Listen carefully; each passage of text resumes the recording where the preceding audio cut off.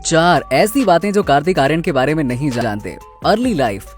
कार्तिक एक डॉक्टर की फैमिली से बिलोंग करते हैं, जहां उनके फादर एक पीडियाट्रिशियन है और उनकी मदर एक गायनेकोलॉजिस्ट है। तो इसी वजह से वो फैमिली को कभी अपनी एक्टिंग और पैशन के बारे में बता ही नहीं पाए, क्योंकि उनकी फैमिली भी यही चाहती थी कि कार्तिक बड़े होकर एक डॉक्टर ही बने। कार्तिक ने एक इंटरव्यू में बताया कि ग्वालियर में रहते हुए मुझे कोई आइडिया ही नहीं था कि एक एक्टर कैसे बना जा सकता है, और जब मैं किसी को बताता था कि मैं एक एक्टर बनना चाहता हूँ तो सब मेरा मजाक उड़ाते थे। इसीलिए मैंने कभी अपनी फैमिली को अपनी एक्टिंग एम्बिशंस के बारे में बताया ही नहीं।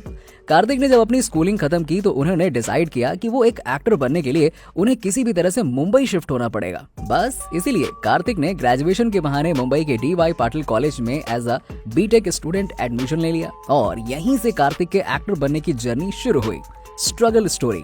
मुंबई आने के बाद कार्तिक को रियलिटी चेक मिला, जहां उन्होंने देखा कि उनकी तरह तो कई शहरों से यहाँ लोग आके स्ट्रगल करते हैं। कार्तिक को बिल्कुल भी आइडिया नहीं था कि उन्हें एक्टर बनने के लिए किसे अप्रोच करना चाहिए, तो उन्होंने पहले मॉडलिंग में ट्राई किया, पर फाइनेंसेस की कमी के कारण बस वो कुछ ही महीनों के लिए मॉडलिंग की फील्ड को एक्सपीरियंस कर पाए। फिर उन्होंने एक्टिंग कोर्सेज और वर्कशॉप में अपना टाइम इन्वेस्ट किया, पर मुंबई जैसे सिटी में एक्टिंग सीखने के लिए भी बहुत पैसे लगते हैं, जो कार्तिक के पास नहीं थे। तो उसी दौरान एक एक्टिंग इंस्टीट्यूट में कार्तिक इंटरव्यू देने गए हुए थे, जहां उनकी एक्टिंग और पर्सनालिटी को देखकर उन्हें बिना कोई फी दिए ही सेलेक्ट कर लिया गया। एक्टिंग का कोर्स करने के बाद कार्तिक ऑडिशन देने जाया करते थे, पर हमेशा की तरह उन्हें रिजेक्ट कर दिया जाता था। कार्तिक ने बताया कि सबसे ज्यादा बुरा तो उन्हें तब लगता था जब बिना ऑडिशन लिए ही उनकी शक्ल देखकर ही उन्हें रिजेक्ट कर दिया जाता था। फिर 1-1.5 साल तक ऑडिशन और कॉन्टैक्ट्स बनाने के बाद उन्हें एक फिल्म में रोल ऑफर हुआ, पर वो फिल्म कभी बन ही नहीं पाई। कार्तिक उसके बाद बहुत डिमोटिवेट हो गए और उन्हें लगा कि आउटसाइडर के लिए इंडस्ट्री में ब्रेक पाना बहुत ही मुश्किल है। फिर कार्तिक ने डिसाइड किया कि वो एक्टिंग के साथ साथ अपने कॉलेज पर ध्यान देंगे और साइड बाय साइड छोटे रोल के लिए ऑडिशंस देते रहेंगे। First film. कार्तिक की लाइफ में वो दिन आखिरकार आ ही गया जब उन्हें प्यार का पंचनामा फिल्म के लिए ऑडिशन में बुलाया गया। कार्तिक के लिए ये एक रैंडम ऑडिशन जैसा ही था। उन्हें लगा कि यहाँ भी शायद उनका सिलेक्शन नहीं हो पाएगा, बस दे दो ऑडिशन। फिर भी उन्हें एक गट फीलिंग आई कि इस फिल्म का ऑडिशन देने जाना चाहिए। फिर जब कार्तिक ऑडिशन देने पहुंचे तो पहले उनकी कुछ फोटोज खींची गईं, फिर उनका ऑडिशन लिया गया। कार्तिक के मुताबिक उनका ऑडिशन अच्छा गया था, पर उन्हें उसमें भी रिजेक्ट कर दिया गया।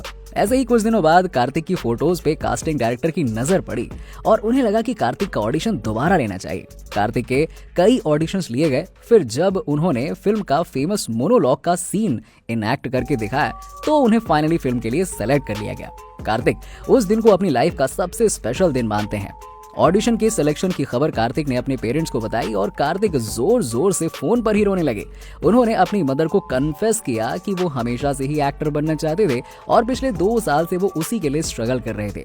प्यार का पंचनामा रिलीज हुई और ऑडियंस को बहुत पसंद आई, जिसके बाद कार्तिक का स्ट्रगलिंग फेज बॉलीवुड में खत्म हो गया।